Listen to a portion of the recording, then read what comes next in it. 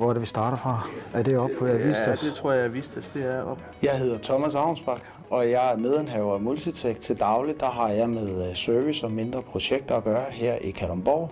Og så har jeg ansvaret for vores kursørafdeling. Jeg hedder Niels Jørgensen, også med helt fra starten, og administrerende direktør, og forsøger at have et overblik over hele butikken. I Multitech laver vi elinstallationer, vi laver brandalarmering, vi laver processer, industrianlæg, tilbygninger og ombygninger, landbrug, og så har vi arbejdet for offentlige institutioner og kommuner. Vi har været i gang siden 2005, hvor vi startede Multitech op for et helt nullag. Vi er i dag 250 ansatte, hvoraf de 70 af dem er lærlinge. Vi har taget et stort ansvar omkring det med lærlinge og elever, fordi det er en meget vigtig parameter. Vi kommer til at mangle så mange faglærte, det gør vi allerede nu. Det bliver kun endnu værre. Vi har rigtig mange ansøgere, og mange, der gerne vil ud til os, og det betegner vi jo så også for at være godt. Har man ikke været på en efterskole, eller ikke er så gammel endnu, så sender vi dem ned til Nykøbing Falster Teknisk Skole, hvor de kommer på skole hjem. Og det gør faktisk, det giver dem rigtig, rigtig meget.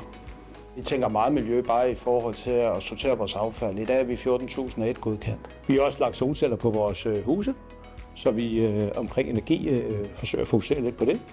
I forbindelse med, når vi skifter bilparken løbende, der er vi på vej over på elbiler. Det er jo sådan et skridt, man tager hele tiden at gå mod den grønne side, for der er kun én vej frem. Vi har både organisk vækst, men vi har også tilkøbte aktiviteter undervejs. Når man starter helt fra bare bund og stille og roligt vokser, så bliver virksomheden en anden, end da vi startede. Det er forbundet med et kæmpe ansvar, når man har 250 medarbejdere. Så det kræver, at man sætter nye kompetencer ind på, og det kræver noget mod, og det kræver noget økonomi, og det kræver noget fremsynethed. Nu er vi 4 ejere, hvor vi udfordrer hinanden, og det er det, der har været med til at udvikle virksomheden. Det, at hver vores medarbejder, lige fra lærling til svende, projektleder, kontorpiger, de gør en kæmpe dyd ud af, at vi skal have en god virksomhed sammen.